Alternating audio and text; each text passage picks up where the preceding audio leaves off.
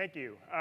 Really nice to be here, really excited to be at 3686. And so it's surprising sports trends, and that's a pretty broad topic. And what's great about that is that gives us a lot of latitude to go in a lot of different directions and do a lot of things. So before we get into the panel, I do want to introduce basically who is on the panel. And I'm really excited about this. This is one of the most awesome panels I've ever been on, to the point that I feel a little insecure about it. But I'm going to walk through and I'm going to introduce each one. I think one of the things that's pretty exciting that you'll note is that there's an amazing geographic diversity in where people are from across the US on this panel, as you'll see. So to my immediate left is Christina Chase. Christina's title is Managing Director of the MIT Sports Technology Group, and she's also a lecturer in the Electrical Engineering and Computer Science Department. She is previously a serial entrepreneur. That's where I met her, when we were both entrepreneurs together.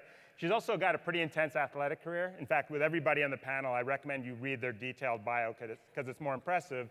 But she's was pretty much practically a professional cyclist. She was teaching skiing downhill. She has still not gotten me out on the slope, so she's not that good. But give me time. Exactly. So to her left is Tim Hayden. Tim is the founder and managing director of Stadia Ventures, and he's also a professor of entrepreneurship at St. Louis University. So we've got a nice smattering of academia here. He's also a serial entrepreneur, so maybe he's the male Christine in a way, I don't know. And he's a St. Louis Blues fan, so feel free to mock him later on tonight. You're welcome, Nashville. You're welcome. To his left is Kevin Glidewell. Kevin Glidewell is an attorney at Turner Broadcasting, my former employer.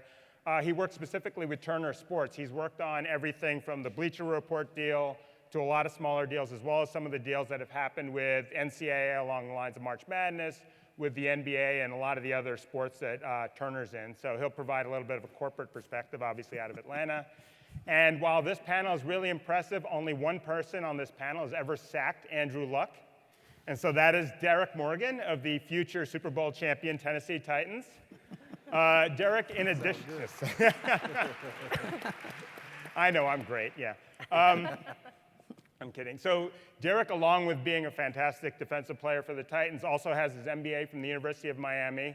He's been doing angel investing as well as impact investing. So really excited to have you all here, and I will make sure that everybody knows that. Let's see if I can get around my thing, but I do have my Marcus Mariota t-shirt on underneath. I did need to wear it, so yeah, we're good. So I'm really happy to be in Nashville here.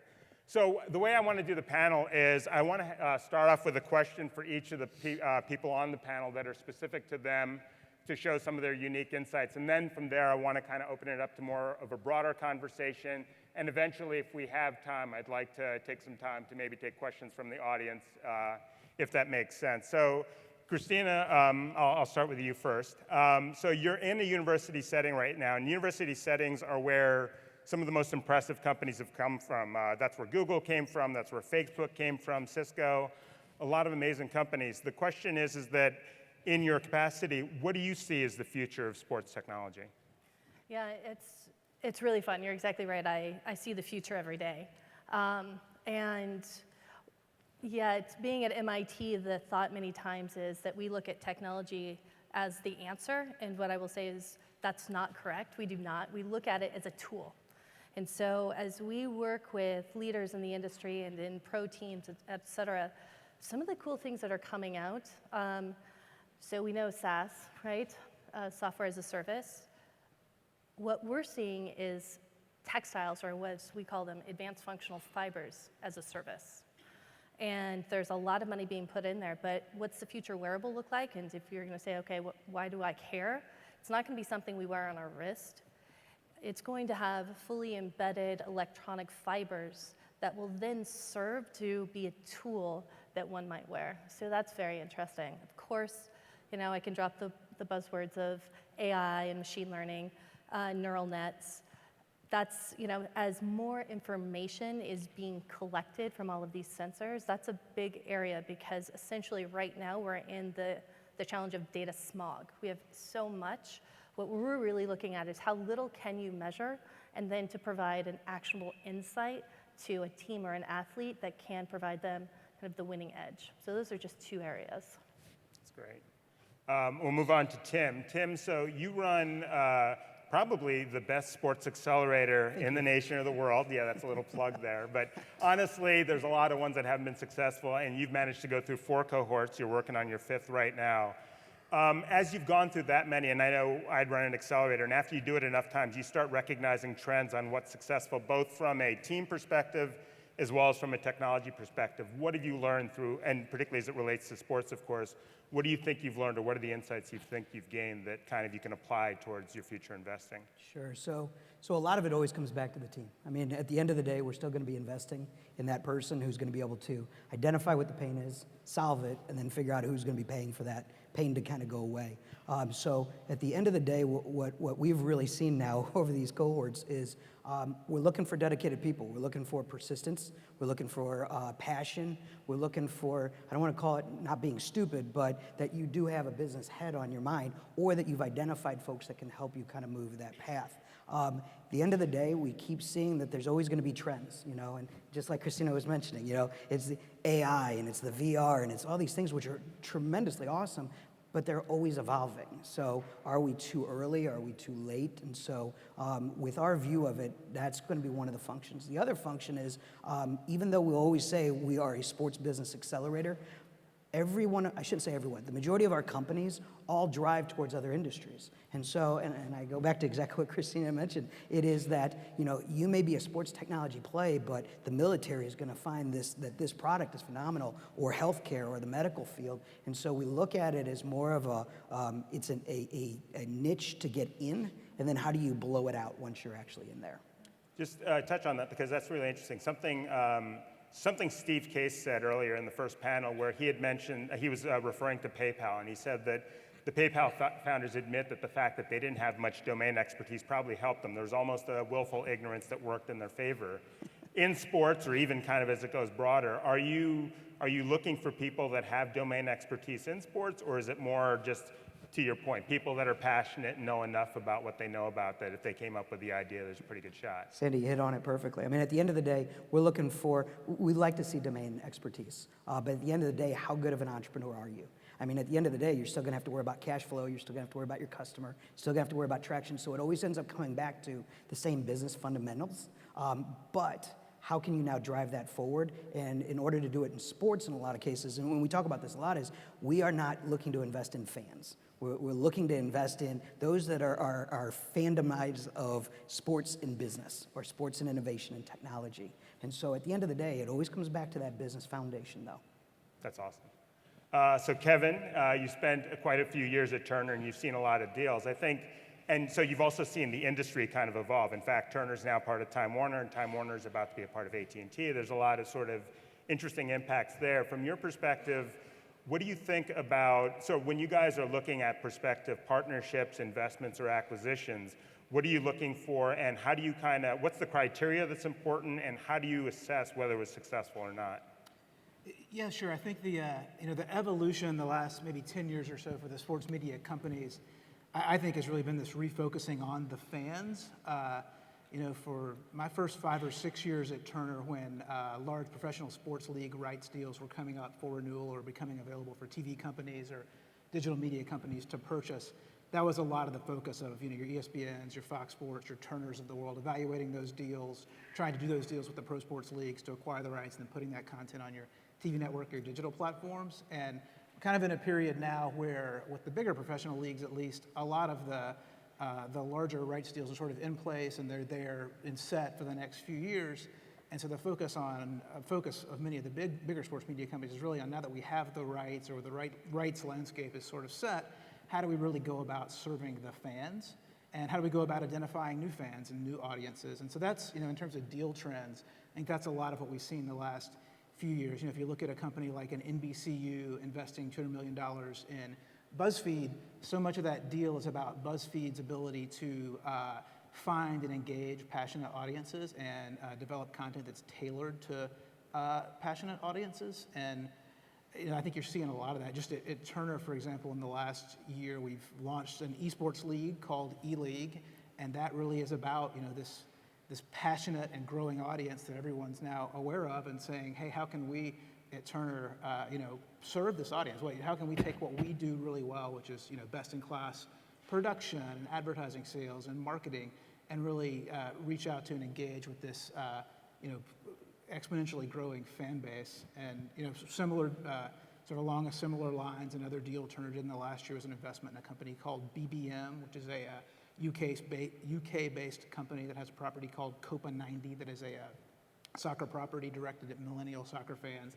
And again, they've really just tapped into a passionate audience there in the UK, and it really, from Turner's perspective, sort of dovetailed nicely with what we do in terms of advertising sales and running digital businesses. And so, making an investment in that company and partnering with them made a lot of sense. And you sort of, again, in the States, you see other big sports media companies doing similarly. The Chernin Group, which is a big sports investment group, just invested in Barstool, which is a rowdy site, but it's got a passionately rowdy audience. So again, just sort of a continuation of that theme of figuring out where the audience is and what they want, and if it's a little bit more tailored and niche than in the past, being okay with that and sort of going where the audience is. So just a quick follow-up on that, because one of the things you brought up is sort of licensing and sort of the expense of licensing. And by the way, I didn't warn Kevin about this question, and I remember when I was at Turner, so there may be times he may have to muzzle himself. So you're allowed to plead the fifth. He's also an attorney, so he's definitely allowed to plead the fifth. But ESPN, which has really forked over a lot of money for licensing fees for the NFL, for Major League Baseball and everything over the last several years, basically had a series of layoffs, not only of behind-the-scenes talent, but a lot of on-air talent as well. And some people are saying, well, that's what you get for paying so much for rights, or maybe was it a bidding war or whatever. Do you think there's going to be a ripple effect of the impact of all that money paid into rights and how that might affect your ability to be efficient? Or is there the ability to basically use technology, whatever it might be, to actually achieve that efficiency in some way? I think if you're in the business of professional sports and professional sports media, you've got to believe that the audience is there. And I think historically, ESPN's a great example, right? While it's being widely reported that they might have had some challenges in the last few years, they've been a hugely successful business for 20 years, and the properties they're invested in have been hugely successful, the most successful sports media properties that exist for the last 20 plus years. And I just think, like, for them, whether one particular rights deal was too expensive or not is probably not the way they're looking at it. I think the way they're probably looking at it is, these are the premier properties, and if we believe in ourselves and believe in our ability to reach the fans with this great content and the great leagues, we're going to be okay. Great. So Derek, you've managed to be a professional athlete that's actually done something good with your money, and you're really being thoughtful about it from the impact investing side, as well as just trying to promote sort of the entrepreneurial culture. As a professional athlete, you're probably privy to a larger set of deal flow and interesting kind of companies that are out there. Are there things that are catching your eye a little bit more? What is it that kind of piques your interest at this point? Yeah, I get a lot of different variety of deal flow, different varying qualities, and what's the worst? No, I'm kidding. How much time do you have? But I think recently here in this past off season, I've seen a lot of just kind of deals and companies that are based around tracking the athlete. So I look at deals in two ways when it comes to sports specific deals. One, is it a good business? And two, selfishly, can it help me get better as an athlete? So I got this wearable on called Whoop, and it tracks your strain, your sleep, your recovery. I don't know how accurate it is, but I'm always looking for a way to get ahead of the competition. So I think the athlete enhancement part is very interesting to me, and that's what I've been seeing the last few months. Do you work with, or do you confer with other players or anything like that? Is there almost like a community of whether it's NFL athletes or athletes across different sports where you kind of confer the same way that almost the VCs at Silicon Valley kind of confer with one another? Or is it sort of an individual effort that you kind of have on your own? In the past, it's been more of a kind of like everybody's been in their own silo. But being in the MBA program, I was in it with a lot of fellow athletes, and we started our own Slack channel.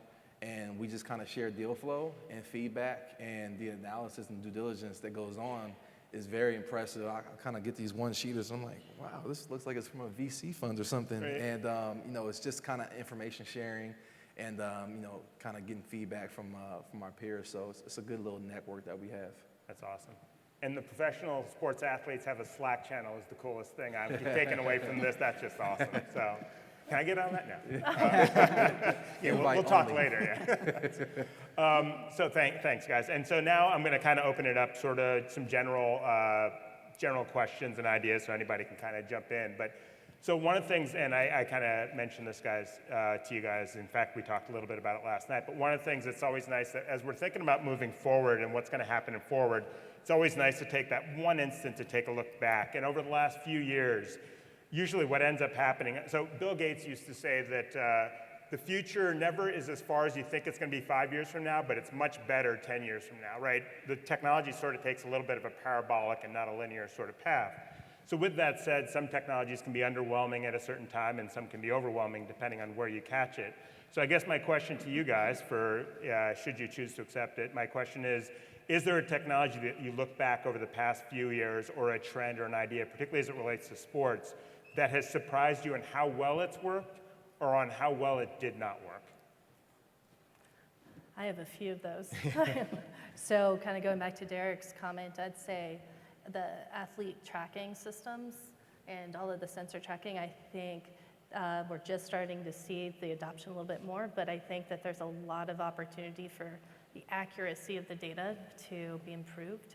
A second one, I think we expected VR to take off a lot faster, but there's still a lot of work that needs to be done, not only the content, but if someone's wearing it, they don't get sick, just like the nausea, like that's still an issue. And so that, and the systems themselves.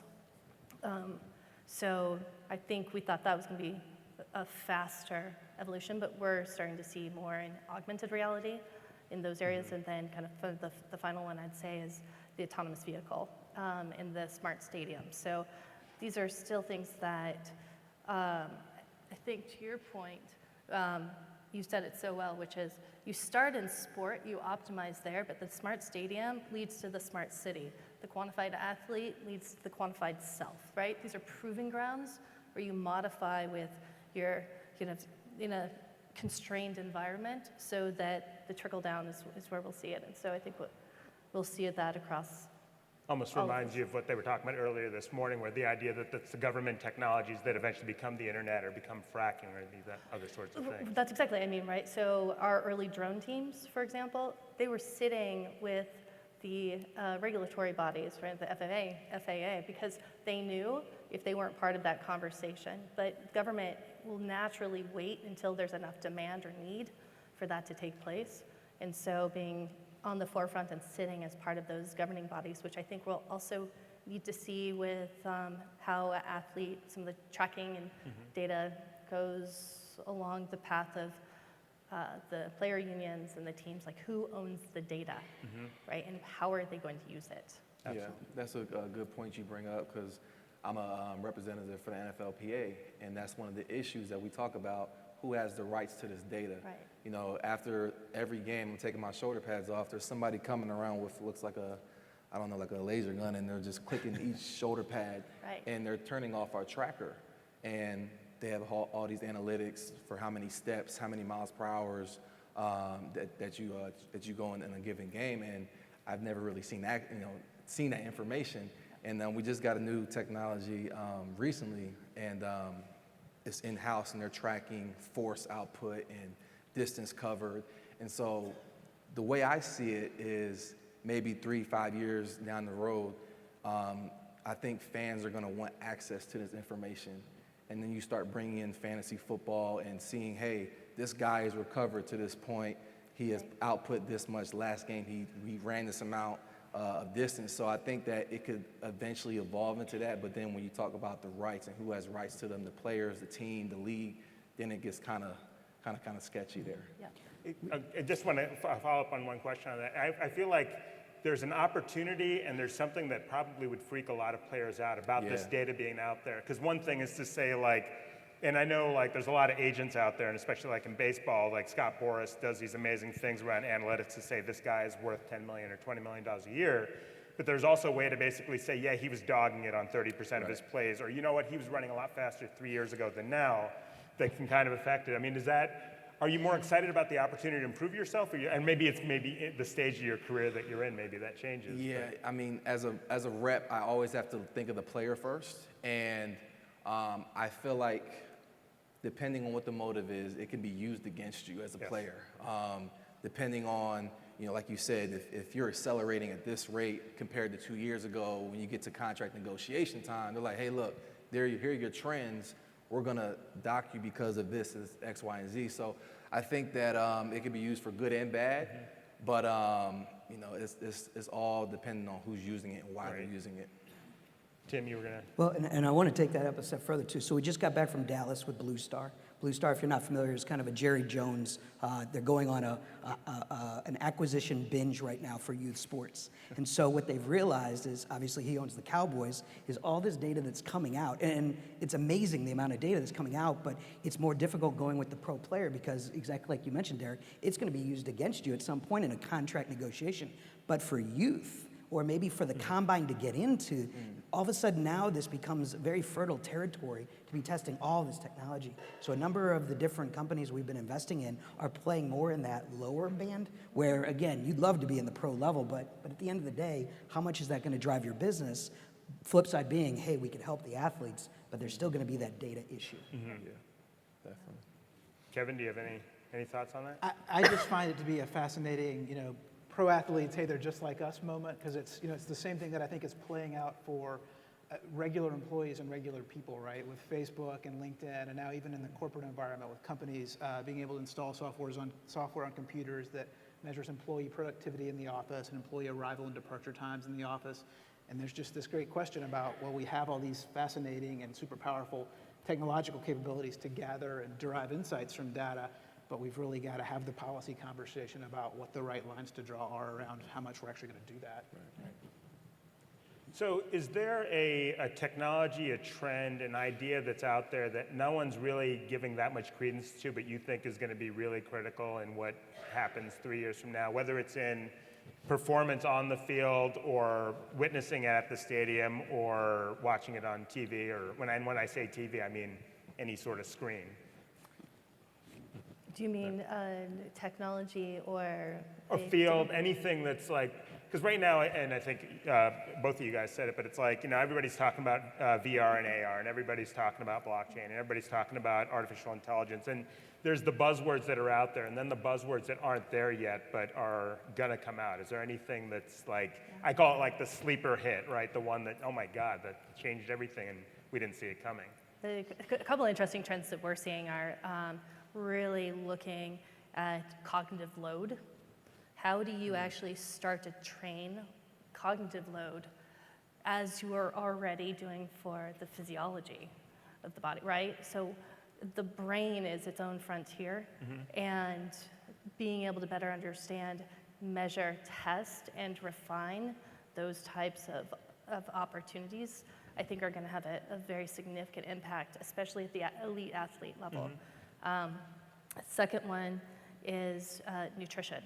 So we're all our own individual chemical factories, and yet we have nutritional choices can have a huge impact, but we don't understand how each one of us is able to metabolize what we're putting in our mouth or what we're even putting on our skin. And I think that's going to be a really new, interesting frontier to then pull all of these pieces together and really optimize what the limits of human potential could be. That's awesome. Anybody else have thoughts? I go back to, and I know, and we just mentioned it, so virtual reality is still on the front end. Artificial intelligence is still on the front end, augmented reality. But artificial intelligence tied to other things are going to be very powerful. We invested in one of the groups out of our fall cohort. It's called Satisfy. And Satisfy has created this virtual assistant bot.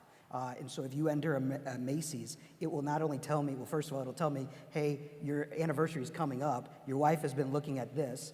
By the way, it's being sold at Macy's. It'll drive me to Macy's, to the perfect parking spot to get to, provide me with coupons as I walk in the door, and then it'll say, oh, by the way, last night on the red carpet at the CMAs, this actress or this singer was actually wearing this, and she also had this, also for sale at Macy's. What's the name of that? Satisfy. It is Saving marriages yes, everywhere. it has saved my marriage, yes. But it's fascinating how these technologies will come together for good things, other than just I love the lab, but it's kind of, now it becomes a business purpose. And that's where I think you're really going to start to see it over these next 3 to 5 years. One of the other things, and then I do want to leave time for questions, so if you guys have some thoughts, and be ready, and if not, we can talk here for another hour or two. But, Derek, I actually want to address one to you because it's kind of started to come up, or I was starting to think about it as everybody's been giving their answers. But, the NFL is in a really interesting situation right now because obviously the popularity has been tremendous over the last several years and everything. But player health has become a huge issue, and particularly around the world of concussions, around just the livelihoods of the players in general and how short the careers are. Are you, and again, I would imagine that you'd be privy to the deals that there, are you seeing any interesting startups that are around, because I've seen a few around concussions, at least in the diagnosis of it, but are you seeing anything around prevention or creating better health outcomes? Because right now it is sort of it's the big topic, and no one knows what to do with it because you don't want to make the sport, the violence is part of the lure of the sport. You don't want to make it too much less. Right. But at the same time, people's lives are at stake. Right. Yeah, I'm on the NFLPA's health committee, so I see a lot of different technologies and approaches to player health. A lot being based in the concussion realm and kind of knowing how to monitor a concussion, early detection of it. And I've actually seen, it's called a bare ACL repair, which was very cool. I think it's out of the Boston area. But it was basically this company who found a way to repair an ACL from the time of injury. I think it was 12 weeks from the time of injury to back on the field. And I had an ACL, and so I was out like about a year. And so, things like that, are very interesting. I think that you're seeing a lot of trends and a lot of focus on trying to get the player back on the field in an accelerated way. So, I've been seeing a lot of different interesting deal flow, and I'm hoping that it continues to get better. That's great. So I do want to open it up for questions. We have a few minutes left, and I know we're trying to get a little bit back on schedule. So, and if there aren't questions, we can keep talking. But for show of hands, if anybody has a question. I see him. Has anybody seen any? I see one right there. Yes.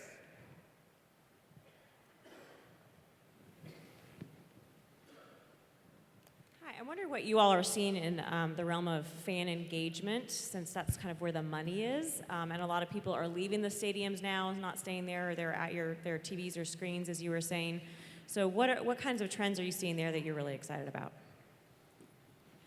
So I think the first one, and I kind of mentioned about this Satisfy.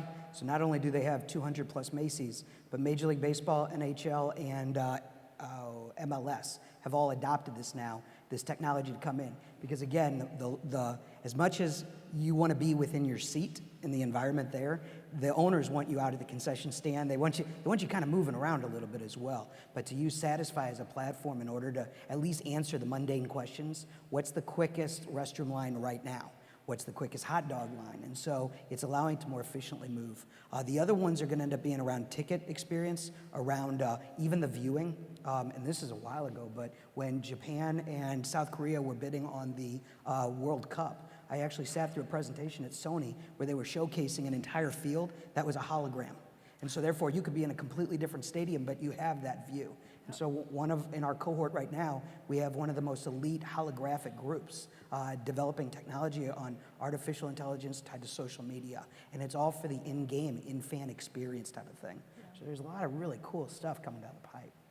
Yeah, there's always going to be a challenge because Adam Silver once said that on a panel that the commissioner of the NBA said that if he had his druthers, he'd shorten NBA games because right now the attention span that we've kind of cultivated and every generation gets a little less than the one. I grew up in a TV generation with a remote control. The next generation is all about the internet.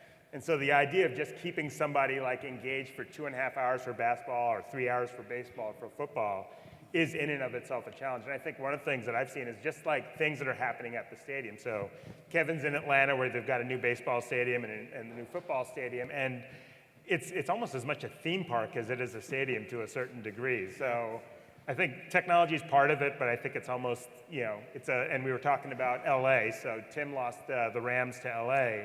It's been a tough year.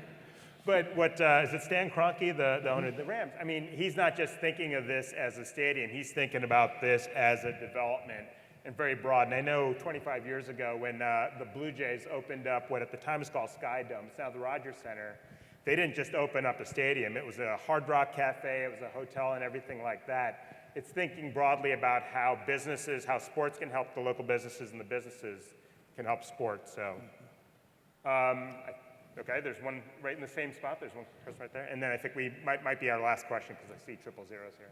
So this is a little bit of a flip, but entrepreneurs are running so hard and so fast, and I've seen them not take care of their nutrition. I've seen them burn the candle at both ends, and you can only sustain that pace for so long, and not all of us are 20. So I guess I love this theme, and I'm thinking about how much the entrepreneur community needs this kind of, sports analogy and encouragement and mindfulness to make sure that they're optimizing their performance for the long run, at least to the exit, right?